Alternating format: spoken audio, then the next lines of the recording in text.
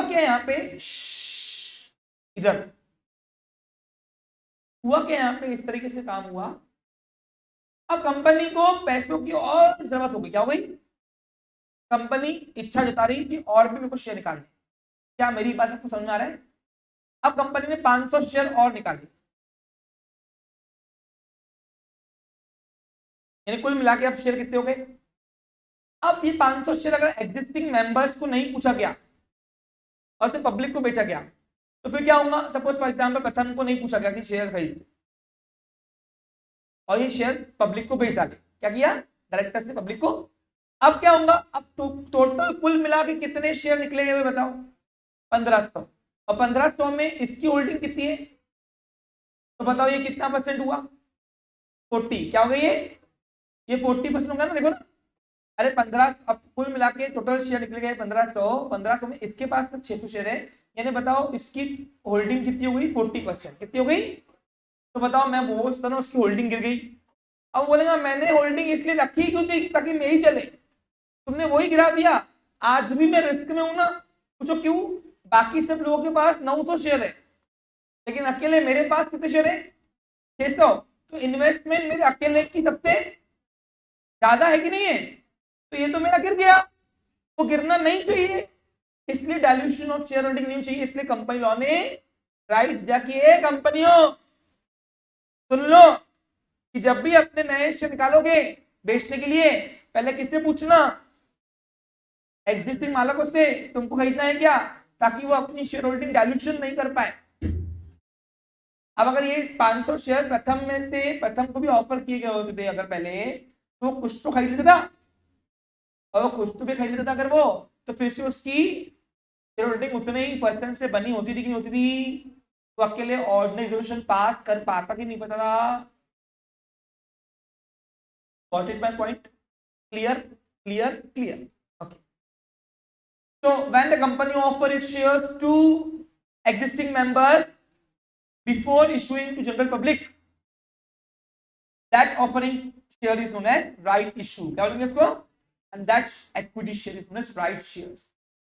Right share. क्या बोलते इसको? जो एग्जिस्टिंग मालिकों को बेचे गए, ऑफर किए गए, खरीदो तुम।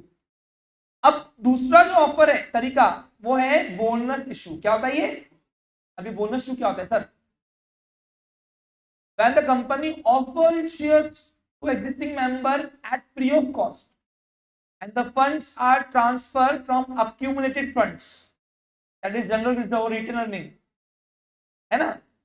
when the profit is substantially accumulated, क्या होगा, जब एक हद से ऊपर तक के प्रॉफिट बढ़ जाता है, तो वो गल्ला रिटेन अर्निंग भरने लगता है।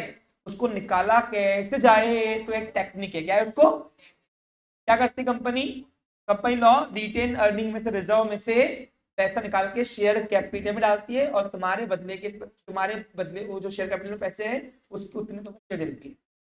तो उतने शेयर देकर उतने पैसे कैपिटल बन गया, और रिटेन अर्निंग भी खाली हो गया थोड़ा, और तुमको शेयर के शेयर मिल गए। उस ऑफरिंग को बोलते हैं bonus issue. Bonus issue is offer to existing members at free of cost. क्या होता है ये, and that share is known as bonus shares. Bonus share is nothing, just like ordinary shares. अरे इक्विटी शेयर ही होते हैं भाई वो भी, लेकिन उसको बोनस शेयर क्यों बोलते हैं, क्योंकि वो फ्री में दिए गए शेयर्स है। हर साल प्रॉफिट में से थोड़ा थोड़ा पैसा रिटेन करती है ना कंपनी।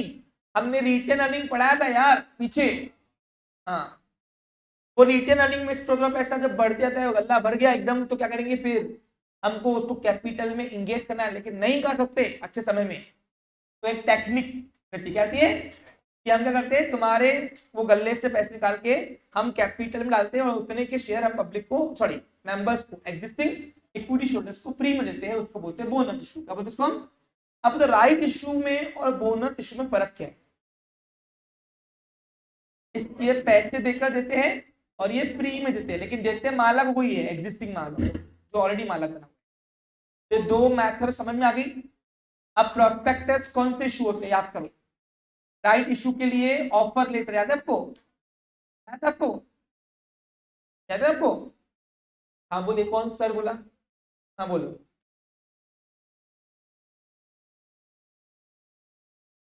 इफ फ्री रिजर्व पढ़ा रहे हैं। अगर पर्पसफुल रिजर्व रहा है तो नहीं करते हैं, फ्री रिजर्व है तो ही करते हैं। डिबेंचर रिडेम्पशन फंड से, समझा, क्योंकि बोनस से करेंगे। फ्री रिजर्व नहीं, बिना पर्पस के रिजर्व है। यहां तक clear? Bonus issue is nothing, it's the amount of dividend paid in share, not in cash. Simple, ये और कुछ नहीं है, ये डिविडेंड का ही पार्ट है। पूछो क्यों, पूछो क्यों? अगर डिविडेंड तुमको उस समय में ज्यादा मिला होता था तो उतना रिजर्व कम होता था, और रिजर्व कम होता था तो ये बोनस शेयर बांटने की नौबत आती ही। अब लेकिन हमने रिजर्व ज्यादा करते गए करते गए करते गए, बोनस शेयर कम बांटते गए करते गए, तो क्या हुआ, बढ़ गया, तो फिर बोनस शेयर निकालना पड़ा। समझा Piyush, Nitin, clear? Got it my point Dayal? बस यही था, तो मैं समझ आया। यहां तो तीसरा ऑप्शन है एग्जिस्टिंग एम्प्लॉइज। ये भाई बहुत जरूरी है पढ़ाना। आज का जो मेन पर्पस सेशन था वो यहां से होता है।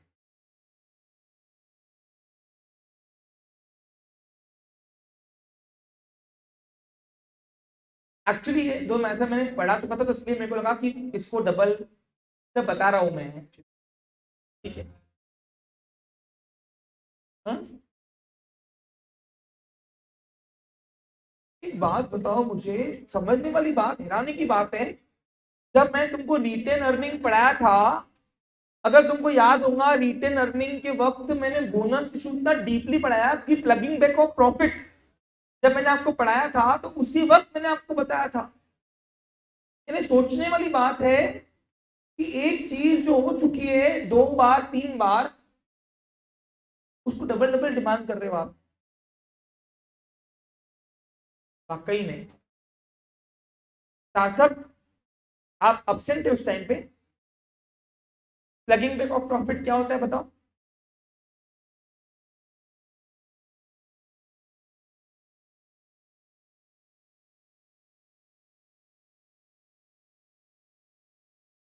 किसी चीज में मतलब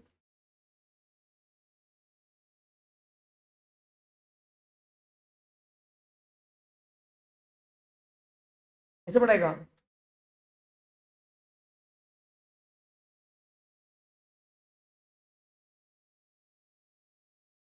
आपने टेस्ट दी कैसे, मेरे को समझ में नहीं आ रहा बात को।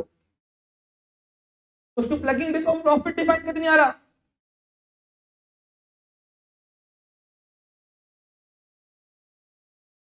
हैरानी की बात है बहुत, सॉरी कह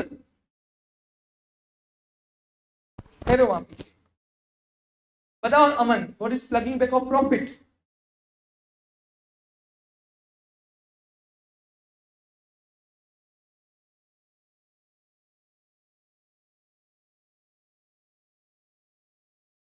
सिंपल। और उसके लिए कंपनी क्या करती है, बोनस फ्री ऑफ कॉस्ट में शेयर कैपिटल में ऐसे ही पैसे डाल सकते नहीं है, उसके लिए उतने शेयर निकालने पड़ते हैं। तो शेयर निकालने के लिए हमको पैसा नहीं चाहिए, हमको सिर्फ रिटेन अर्निंग को यूज करना है कैपिटल में, तो अपन फ्री ऑफ कॉस्ट में उतने के शेयर दे देंगे। इसको is called as bonus issue. When the company offers shares to existing members at free of cost out of accumulated profit, that offering share is known as bonus issue and that share is known as bonus shares. Simple फंडा है और कुछ नहीं है इसका। The bonus share must be issued at proportion.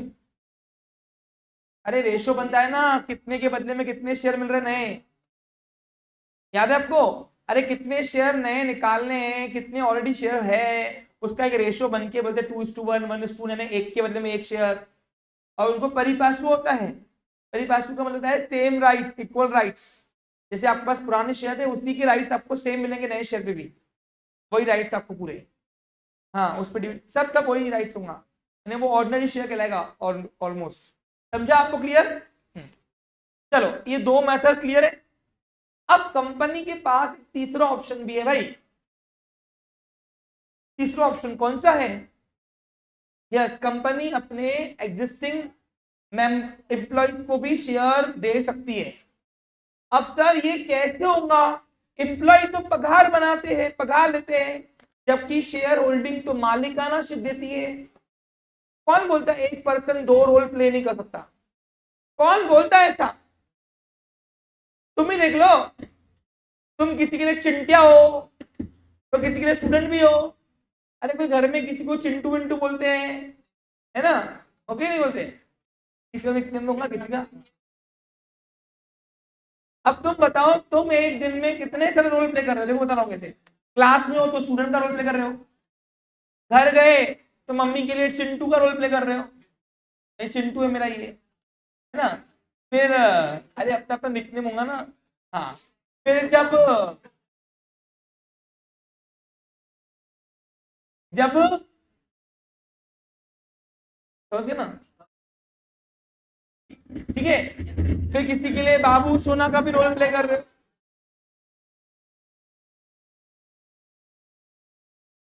नहीं मेरे को मत बताओ, रहने दो। तो एक इंसान, तुम इंसान हो, अब तुम कितने रोल प्ले कर रहे हो? ए बच्चे लोग बैठ जाओ सब लोग। हाँ, सोचने वाली बात है कि नहीं बताओ? अरे बताओ भाई, इधर है। तो वैसे ही कंपनी भी, देखो मैं तो नहीं पढ़ाऊंगा, अगर बेईमानी की तो नहीं पढ़ाऊंगा। मेहरबानी करके शांत बैठो, इसके ऊपर बहुत बड़ा काम आएगा। शॉर्ट नोट 4-4 मार्क की, और आधा इतना चैप्टर यही खाता है बैठ के, बस 2 क्वेश्चन बोलो कौन सा? एक क्लासिफिकेशन, एक मैथड। ये हो गया कि आधा चैप्टर निपट गया, आधा चैप्टर। हाँ सुनो अभी, खैर खैर,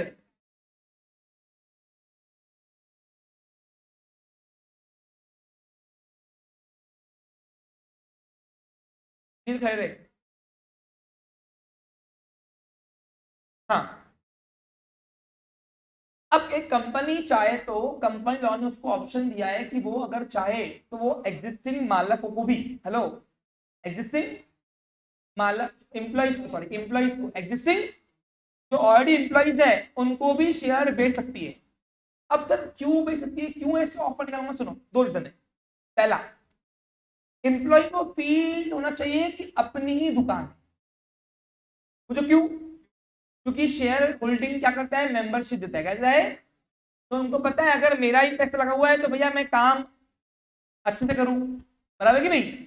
और दूसरा इसलिए क्योंकि एम्प्लॉय काम अच्छे से करेंगे तो उनकी वर्किंग कैपेसिटी बढ़ेगी। तो सिंपल है, तुमने कभी ड्राइवर को गाड़ी दो, ड्राइवर गाड़ी दो, ऐसे चलाता है जैसे कि घर की खेती है, लेकिन ड्राइवर को बोल अपना पैसा लगा इसके अंदर, गाड़ी के अंदर, तो बराबर चलाएगा। कुछ क्यों? क्योंकि गाड़ी ठुकी तो उसमें लॉस मेरा भी है। वैसे ही एम्प्लॉयज को भी सिर्फ पगार के लिए काम करवाओगे तो वो सिर्फ पगार के लिए काम करेंगे, लेकिन अगर एम्प्लॉय को मालक का काम कराओगे और कि भाई देखो हम काम के लिए सैलरी देंगे और प्लस देखो हम शेयर खरीदने को ऑफर भी दे रहे हैं, खरीद हमारे शेयर, और फिर उस शेयर के ऊपर देखो डिविडेंड भी मिलेगा, क्या मिलेगा?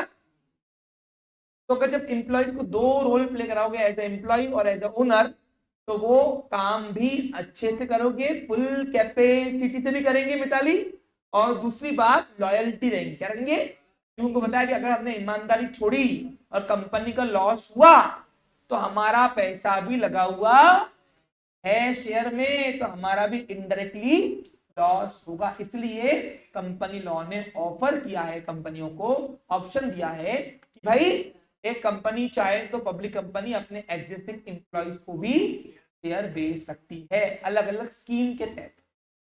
और वो स्कीम आज हम आपको डिस्कस करने वाले हैं। बस आज का सेशन उसी के नाम पे तो है पूरा, बाकी सब तो ऑलरेडी मैंने पढ़ाया हुआ है आपको। पहला स्कीम का नाम है ESOS, employee stock option scheme. अच्छा एक और बात सुनो, सॉरी मैं बोल रहा हूं अभी आपको, ये चारों लैंग्वेज के साथ हाथों हाथ पढ़ाए जाते हैं एक्चुअली, इसको डबल नहीं पढ़ाऊंगा वहां पे, बड़ा टॉपिक है इसलिए। पहली कौन सी स्कीम है बोलो? ESOS scheme. अब ये क्या होता है सर? सुन लो, ध्यान दो। सबसे पहले तो ये हो, सुनो एक मिनट ध्यान दो भी, समझो। ये एक तो जो हाई क्लास ऑफिसर होते हैं, क्या होते हैं, ऑफिसर लेवल के एम्प्लॉइज, एम्प्लॉय यानी कौन करता है, जो पगार के लिए काम करता है, बराबर कि नहीं, उनको ही सिर्फ ऑफर करती कंपनी। पूछो क्यों, क्योंकि उनके हाथ में एडमिनिस्ट्रेशन है, और सबसे मेन होता है एडमिनिस्ट्रेशन। क्या होता है, अरे एक डिसीजन तुम्हें बर्बाद या तो आबाद कर देगी ना, सोचने वाली बात है कि नहीं। तो जो बड़े बड़े क्लास 1 ऑफिसर जो कंपनी के होते हैं ना, कंपनियां कभी कभार उनको इस स्कीम के तहत ऑफर करती है कि तुम भी हमारे कंपनी के शेयर खरीदो। और वो भी मजे की बात ना क्या है, पूछो पूछो क्या, मार्केट प्राइस से कम में, मार्केट प्राइस से, underline the word market price से कम में। यानी सपोज अगर मेरी कंपनी है और मेरे पास कृष और प्रथम हाई क्लास ऑफिसर काम कर रहे हैं, उनकी पगार ही 1.5 लाख रुपए महीना है, इतने बड़े लेवल के ऑफिसर है। सुनने वाली बात है, सुनो सुनो। अब मुझे पता है कि इनके बिना मेरी कंपनी चलने वाली नहीं है, अगर इन्होंने घोटाले किए तो कंपनी बर्बाद। तो मैंने क्या किया, इनको ऑफर कर दिया कि काम करो, 2-2 लाख रुपए के शेयर हम तुमको दे रहे हैं, और एक शेयर की मार्केट प्राइस अगर 1,000 रुपए चल रही होंगी, क्या चल रही होंगी, कोई काम करो 600 में दो। अब ऐसे से कौन कौन नहीं लेंगे बताओ, सब लेंगे ना। अच्छा फेस वैल्यू डिस्काउंट में नहीं कर रहा मैं, मार्केट प्राइस से। मार्केट प्राइस सेकेंडरी मार्केट में आता है, यानी आज अगर मार्केट में मेरा 1,000 रुपए मार्केट प्राइस है, तो मैं उनको ऑफर करता हूँ कि 600 में खरीदो लो। जिसको जब उस ऐसे मैंने कोई स्कीम निकाली कि अपने एग्जिस्टिंग इंप्लॉइज को मैंने मार्केट प्राइस से कम में ऑफर किए शेयर कि खरीदो, तो उसको अपन बोलेंगे ESOS। बोलो ES, employee stock option scheme. अब ये ESOS के तहत कौन कौन से एम्प्लॉइज को ऑप्शन दे सकते हैं, पहला बोर्ड ऑफ डायरेक्टर्स को भी। सर ये क्या बोल रहे हो, बोर्ड ऑफ डायरेक्टर तो मालक होते हैं ना। कभी कभी क्या होता है, अगर वो मालक नहीं है ऑलरेडी, वो सिर्फ पगार के लिए काम कर रहा है, डायरेक्टर ऐसा कोई होता है ना, कॉम्पिटेंट डायरेक्टर, क्या होता है, ऐसा कोई कॉम्पिटेंट डायरेक्टर होता है, प्राची ध्यान दे। हाँ, जिसको अपन बोलते हैं शेयर मत खरीद, तो सर आ हमारे पास क्या, मैनेजमेंट बैठ, हम तो डायरेक्टर बना रहे, तो उसको भी बोलते हैं तू शेयर खरीद ले अभी, मालक बन जा, क्या बन जा। यानी वो डायरेक्टर के लिए सैलरी लेंगे, क्या लेंगे, अरे मालूम नहीं, डायरेक्टर रेम्युनरेशन लेते हैं मीटिंग में आने के। डायरेक्टर को 2 चीज मिलती है, एक सैलरी और रेम्युनरेशन, याद है कुछ तुमको। तो होल टाइम डायरेक्टर्स को मिल सकता है, क्लास में ऑफिसर्स को, और ऐसे एम्प्लॉय जो इंडिया में हो या आउटसाइड हो। आउटसाइड है क्या, यानी क्या, सुनो, सपोज क्या हुआ, मेरी मेरी पेप्सी को कंपनी है, क्या है, इंडिया की सपोज कंपनी है, मान चलो एग्जांपल। अब मेरी मेरी फॉरेन की ब्रांच संभाल रहा है संचित पूरा, और लंदन की ब्रांच संभाल रहा है ये अमन। हाँ, अब बताओ है तो मेरे एम्प्लॉय काम कंपनी की कर रहे हैं, और कंपनी एक कंट्री में बिजनेस करती, क्या नहीं, वो मोर देन, जनरली सारी कंपनियां MNC बन के चलती है ना भाई, मल्टीनेशनल कंपनीज, उनकी ब्रांचेस मोर देन 1 कंट्री में होता है। तो अब बताओ मुझे, इंडिया में जो एम्प्लॉइज है उनको ऑफर कर रहा हूँ, इनको नहीं करूंगा तो इनको बुरा लग जाएगा ना। इसलिए इंडिया में हो या आउटसाइड इंडिया हो, आप सभी को स्कीम के तहत ऑफर कर सकते हो, खरीदना है खरीदो। अच्छा बाउंडेशन में बोला, पूछो क्यों, भाई जबरदस्ती करोगे, खरीदना खरीदेंगे, आप सब ऑफर करो उनको, कंपनियां तुमको ऑफर करती, क्या करती है, और इसका वेस्टिंग पीरियड टाइम जो है 1 ईयर, वेस्टिंग पीरियड टाइम जो होता है 1 ईयर होता है। अब वेस्टिंग पीरियड क्या है सर, ये क्या बोल रहे हो आप, बता दो, सुनो, वेस्टिंग पीरियड का मतलब होता है कि जहां से ऑफर शुरू किया देना, कब तक के आप इनको ऑफर ये ओपन रखते हो इनके लिए, उसको बोलते हैं वेस्टिंग पीरियड। एग्जांपल दूं, तो आज तारीख कितनी है, 2 जुलाई, 2 जुलाई 2024 को कंपनी ESOS के तहत 5 लाख के शेयर अपने एग्जिस्टिंग इंप्लॉय को निकाल रही है। 2 जुलाई 2025 तक के ये ऑफर सबके लिए वैलिड है, खरीदो एम्प्लॉइज। अब कौन कौन से एम्प्लॉइज है, तो उनका क्लास पहले ही ऑफर करते वक्त सेट करती है कि A1 क्लास कैटेगरी वाले ऑफिसर, B1 क्लास के लिए उनके लिए फिर ऑफर आती है, और सभी को नहीं है। जो क्लास सेट किया ऑफिसर, अपने कंपनियों ने अपने ऑफिसर्स मतलब एम्प्लॉइज को क्लास वाइज बांटा होता है, पता है तुमको, उस हिसाब से पगारें भी बांटी होती है। अरे तुम्हारा प्रमोशन डिमोशन नहीं होता क्या, तो कैसे होता है वो, क्लास चेंज करते ना तुम्हारा, समझा आपको, class 1 officer, class 2 officer, class 3 officer, ऐसा गवर्नमेंट में होता है, समझ आ रहा आपको क्लियर। हाँ, तो ये इसको बोलते हैं वेस्टिंग पीरियड ऑफ टाइम। मैंने जब कंपनी कब कितना समय ऑफर देने से शुरू रखती है, ओपन रखती है कि इस पीरियड में खरीद लो, खरीदना है तो, वो भी कौन से प्राइस पे, डिस्काउंट नहीं, मार्केट प्राइस से कम में, क्या होगा, समझा क्या आपको क्लियर, पक्का। अब इसका एक ड्रॉबैक है, होल्डिंग पीरियड ऑफ टाइम भी 1 ईयर होना चाहिए कम से कम, होल्डिंग पीरियड ऑफ टाइम भी 1 ईयर होना चाहिए। अब सर ये वेस्टिंग पीरियड होल्डिंग पीरियड में क्या बोल रहे हो सर, ये कुछ भी समझ में आ रहा नहीं। पहले बताओ वेस्टिंग पीरियड क्लियर है, बताओ क्या होता है। कंपनी जब से अपना ऑफर शुरू करती है तो कितना समय तक के ऑफर वैलिड करेगी, रखेंगी, ओपन रखेंगी, उसको बोलेंगे वेस्टिंग पीरियड, क्या बोलेंगे इसको। अब दूसरा क्या, होल्डिंग पीरियड क्या होता है, पहले बताओ समझ में आ रहा है, ए क्रिश तो समझ आ रहा क्या। हाँ पूछूंगा मैं, हाँ बोल, किसको, ये हाँ तो मैं रिपीट डबल करूंगा ना, डोंट वरी अबाउट इट, मैं अभी बोल देगा हो गया, मैं दूसरी स्कीम चले क्या। हाँ, होल्डिंग पीरियड 1 ईयर है। अभी होल्डिंग पीरियड क्या है सर, सुनो, जब आपने अगर कोई एम्प्लॉय ने, आप यानी कौन, कोई भी अभी इसके तहत कोई एम्प्लॉय खरीदेगा ना शेयर, बराबर लिया, हाँ, अगर कोई एम्प्लॉय शेयर खरीदता है, क्या बोल रहा हूं मैं, किसके तहत, किस कौन सी स्कीम के तहत, एम्प्लॉय स्टॉक ऑप्शन स्कीम के तहत, कम से कम 1 साल तक के वो अपने शेयर नहीं बेच सकते। पूछो क्यों, शेयर देने का मेन पर्पस क्या था,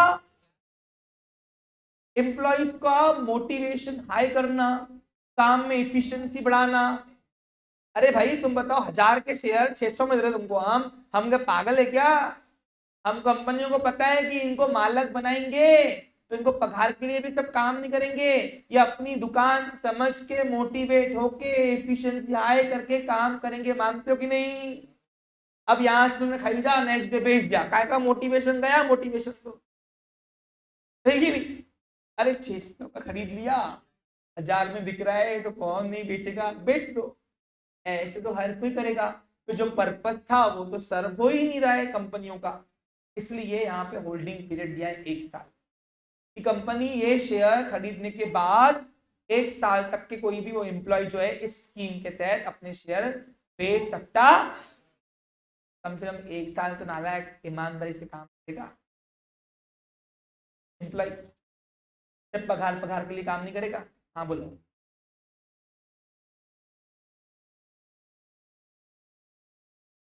लॉक इन पीरियड बोल सकते हो, हाँ हाँ बोलो बोलो।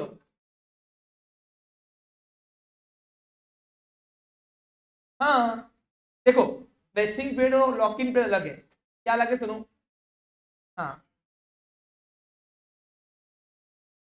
नहीं नहीं, जिस वक्त से स्कीम चालू हो गई, ऑफर जब मैंने अभी स्कीम दिया तो 1 साल तक की वैलिड है, खरीदो, ठीक है, ये हो गया वेस्टिंग पीरियड, क्या ये 1 साल के अंदर जब भी मन हुआ खरीद लो।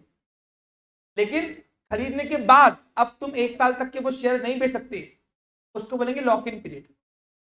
वो खरीदने की बाद की प्रोसेस है, खरीदने के पहले की प्रोसेस, दोनों में अंतर है, समझा आप लोग क्लियर, पक्का। तो कंपनी चाहे तो अपने एग्जिस्टिंग मालिकों को डिस्काउंटेड प्राइस पे शेयर बेच सकती है, कौन से स्कीम के तहत बोलो, लेकिन मार्केट वैल्यू डिस्काउंट में, हाँ, फेस वैल्यू के डिस्काउंट से नहीं। हाँ, नंबर 2, ईएसपीएस। अब ईएसपीएस का फुल फॉर्म क्या है बोलो, एम्प्लॉय स्टॉक परचेज स्कीम। सुनो, पहले बताओ इसकी लैंग्वेज निपटा दूं? अरे देखो ये ना डबल नहीं होता है, ये चारों जो पढ़ा रहा हूं ना मैं अभी, बाकी तो पढ़ा रहा हूँ, ये चारों नहीं पढ़ाऊंगा। पूछो क्यों?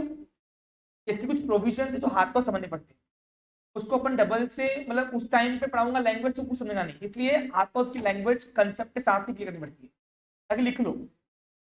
कुछ टेक्निकली सोच के बोल रहा हूँ, ऐसा कोई कुछ भी नहीं बोलता मैं, समझा क्या तुमको? इसलिए थोड़ा शांति से यहाँ पे देखो, उधर मैं जो बता रहा हूँ उसको समझो, मैं जो बताने की कोशिश कर एक बार को मेरे को पहले निकालना पड़ेगा। नोट सामने रखो। अगर तुम्हारी आवाज बंद नहीं हुई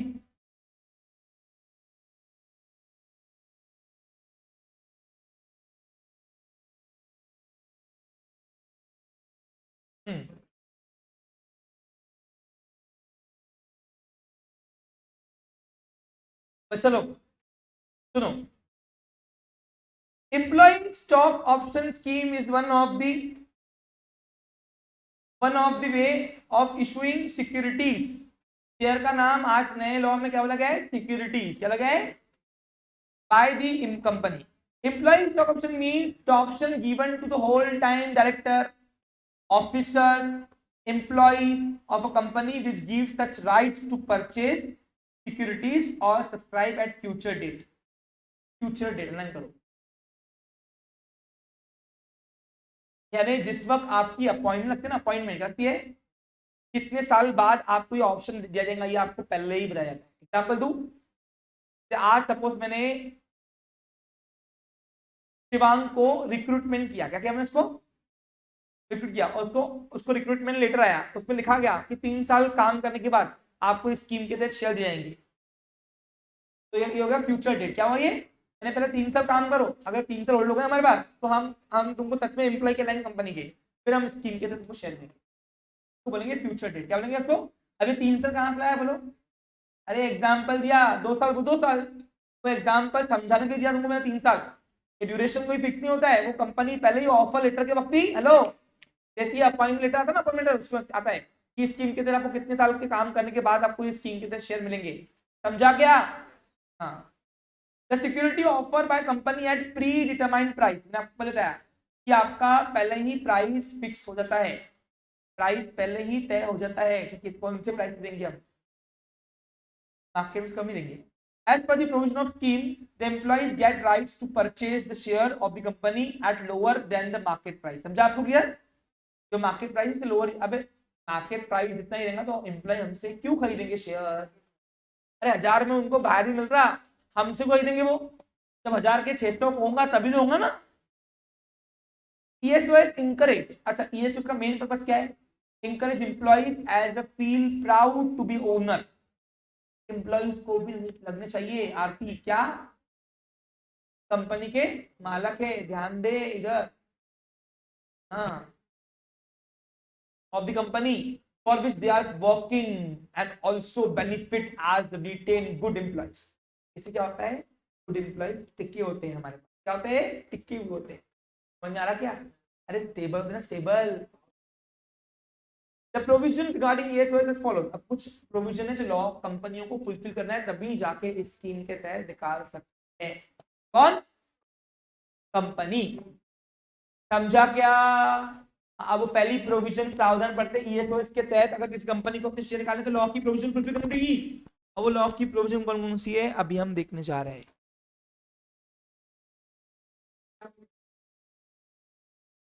कंपनी में offer the share directly to employees और to the employees welfare trust.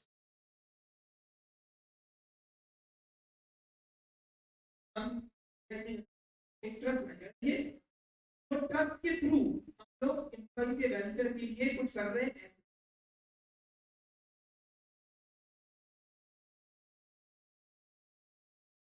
Direct ना आपसे करेंगे वो एक ट्रस्ट है और दुनिया को ये दिखाती है कि हम लोग उसमें टाटा कंपनी में एम्प्लॉइज मतलब बहुत खुश है, खुश होते जो क्यों? टाटा सर जो है ना, रतन टाटा सर, वो एम्प्लॉय का बहुत ध्यान रखते, इसलिए उन्होंने एम्प्लॉय वेलफेयर ट्रस्ट बनाया हुआ है, जिसके थ्रू कंपनियां उनके फंड उनको देती है और उनके फंड के थ्रू बाकी सब अपने आप काम चलता है। तो वैसे ही कंपनी अगर चाहे तो डायरेक्ट शेयर ना बांट के एम्प्लॉयज को employ welfare trust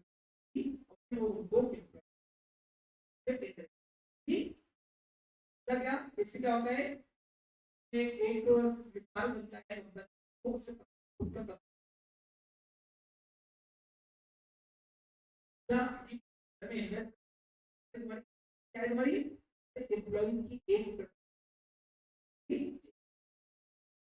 Next, number 2.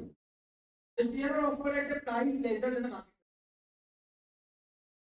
There are minimum basic needs बनी है, बता दिया मैंने कोई एक basic क्या है, पर करने से कितना टाइम खुला रखना पड़ेगा, तो ऑफर क्या उससे एक साल तक के वो खुला रखना पड़ेगा, लो तो ऑफर कितने समय बाद मिलेगा आपको, काम की अपॉइंटमेंट लेटर में लिख के देती है कि ये ऑफर समझा क्या, दो का काम किया आपको अपॉइंटमेंट लिखो, कोई डाउट नहीं किसी को, हाँ सिंगल नहीं, देखो एम्प्लॉय यहाँ डायरेक्ट शेयर देगी, वेलफेयर ट्रस्ट नाम वेलफेयर उसके तहत भी देती है कंपनी को, जब भी स्कीम देती है स्कीम वेलफेयर इसको आराम से वेलफेयर ट्रस्ट आपको, हाँ तो कंपनी उनकी यूनियन का एक ट्रस्ट होता है, यहाँ तक मिनिमम एक क्रेडिट आ रहे हैं तो 2 साल बोलो करो, तो मिनिमम क्या है ये, कंपनी को बाउंड की मिनिमम 1 साल ऑफर किया ना, 1 साल, 1 साल के अंदर कभी भी वो कर सकते। नेक्स्ट है यूजुअली कंपनी में स्पेसिफाइड लॉकिंग पीरियड बनी है, और कंपनी 1 साल तक के वो बोलती है कि शेयर में देना तो बेच देनी, तो क्यों ये तो 1000 में भी कर देना, तो मतलब नहीं होगा ना, घाटा आपने तुमको दिया तो शेयर क्या नहीं दिया, जब तक शेयर 600 में दे रहे तुमको, हम 400 दे 500 दे रहे, तो हमारा घाटा क्यों पा रहे, ताकि पर्पस क्या है, एक तो एफिशिएंसी काम करेंगे तो कैसा होगा, तो एक बात अगर तुम्हारे एम्प्लॉइज दुकान को अपना समझ, पूरी दुकान और जो एम्प्लॉइज से पता नहीं काम करना तो उनको काम को एग्जांपल दे रहा था, तो वननेस कॉमन क्लास के न्यू क्लास में 4 साल तक के एक ही एम्प्लॉय है फैकल्टी की 1 रुपया भी हमने सैलरी, तो क्यों हमारी प्रायोरिटी है आपका होता है ऑनेस्टी, होता है लॉयल्टी, तो सर इसलिए हम इतना ग्रो करते हैं, फैकल्टी पैसों के लिए कोई काम नहीं, कोई नहीं कल्चर में तो आज भी 3-3 साल के पैसे टाइम नहीं मिल रहा उनका हिसाब कर तरीके से होता है लॉयल्टी मेंटेन करना, और जो एम्प्लॉई लॉयल रहता है जो आपने एटमॉस्फेयर ऐसे बनाया आपका लॉयल है, क्योंकि इंडियंस देख लो उनकी सैलरी बहुत नॉमिनल है, मेरी बात को होता है एम्प्लॉई को लॉयल्टी जरूरी है,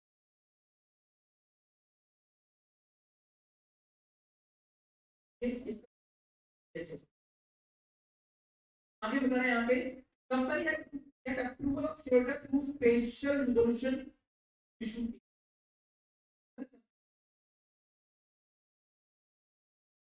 उनको एनुअल जनरल से स्पेशल रिजोल्यूशन, स्पेशल कौन बिफोर हाउ मेजॉरिटी चाहिए ना, इसलिए सिर्फ 51% चाहिए और स्पेशल के लिए 70 स्पेशल सॉल्यूशन क्यों शेयर ज्यादा देंगे उतने एक का हिस्सा कम होना ना। घर में 2 भाई थे, 3 हो गए तो इनका तो यहाँ भी हुई है ना। आगे employee cannot transfer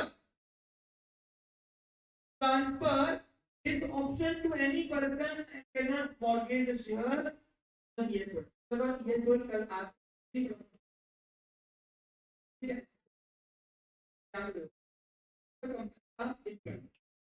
तो वहाँ पर क्या काटते आपको ESOL के तहत 500 शेयर मिल रहे हैं कहीं ना क्या तो बोला तो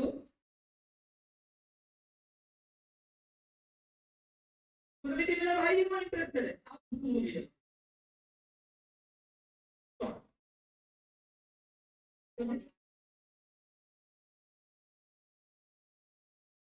तो आप अपनी केस डी किसी और को ट्रांसफर तो मेरे को पसंद नहीं तो किसी और को दे दो मेरे सगे को दे दो चलता नहीं आप एम्प्लॉय हो ना पर्पस क्या है स्कीम का कि तुम्हारा मोटिवेशन आना चाहिए तुम्हारा एफिशिएंसी आना चाहिए कंपनी इसको लेके मैं इसका एफिशिएंसी नहीं है तो पगार दिया वापस काम क्योंकि ये ऑप्शन किसी और को एम्प्लॉय ट्रांसफर उनके नाम से और ये शेयर खरीद दिया और मॉर्गेज शेयर एक शेयर प्रॉपर्टी ये हमें शेयर की तरह आपको बैंक मिलता है होल्डर को मालूम है आपको तो अभी तो कोई एग्जाम अगर इसने ये सर्च के तहत हमारे लिए 50 दिन चलिए अब आगे को पैसों की लोगों को बैंक के देंगे होल्डर के लिए शेयर्स क्या है तो सबको समझ आ रहा है कोई सिंगल स्टूडेंट छूट रहा है क्या तो वो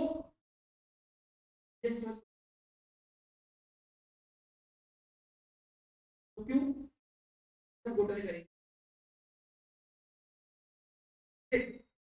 तो नीडी के शेयर देंगी देंगी शेयर खाता तो बैंक के नाम से तो बताओ कितने आगे करके ऐसे जो नहीं किया तो बैंक रहेगी उसका मॉर्गेज खा लेगी तो उसकी प्रॉपर्टी खा लेगी ना कोर्ट में केस करके बराबर की नहीं फिर वो शेयर कंपलसरी कोर्ट में बोलेगी वो बैंक के नाम पे ट्रांसमिशन शेयर रहेगा ना ट्रांसमिशन शेयर रहेगा कंपनी को चाहते हुए ना जब बैंक को ट्रांसफर कर देंगे अब बताओ इसके नाम पे तो शेयर करेंगे तो पर्पस था वो फुलफिल हुआ क्या वापस अपने पगार के लिए काम करने लगा ये तो हमारा राइट ना भी कौन भी उसकी बैंक लोन दिया उसने ऐसे इसलिए कोई भी मॉर्गेज अपना ये शेयर आप मॉर्गेज कोई भी लोन रेडी हाँ वो है वो हाँ शेयर वो चाहते हुए ना तो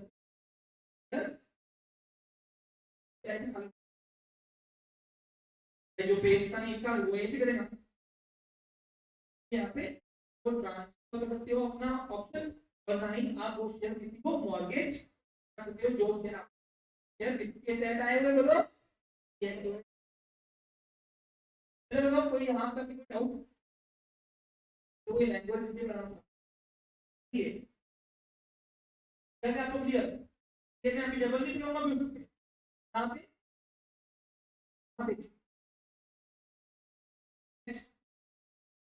ESOL should be open to all permanent employees in India, out of India में पढ़ा जाते हैं। तो ये इंडिया में आउटसाइड इंडिया में रहते हैं। एम्प्लॉय नाम का उसकी मफन हो। जब इस कितने पॉइंट हो गए ये? लास्ट पॉइंट आपको दिमाग रखना है। पहला कंपनी है देगी, फिर यहाँ तो वेलफेयर ट्रस्ट देगी। दूसरा ऑप्शन क्या है बोलो? कंपनी मार्केट प्राइस में लॉकिंग शेयर देगी आपको ऑफर मिनिमम बेसिक पे डिस्काउंट की लॉकिंग पे डिस्काउंट की मिनिमम बाद का स्पेशल दोस्त में अप्रूवल चाहिए तब आप अपना ये ऑप्शन किसी और के नाम पे थोक ट्रांसफर करते कोई ना तो बोलो एम्प्लॉय तो जितना पे और ये मॉर्गेज थे और तीसरा ऑल परसेंट ट्वेल्थ के लिए खुला हुआ सब क्लियर। बाकी स्कीम कल मिलेंगे। Have a nice day, take care. OCM छोड़ के टेस्ट ले रहा हूं, समझा?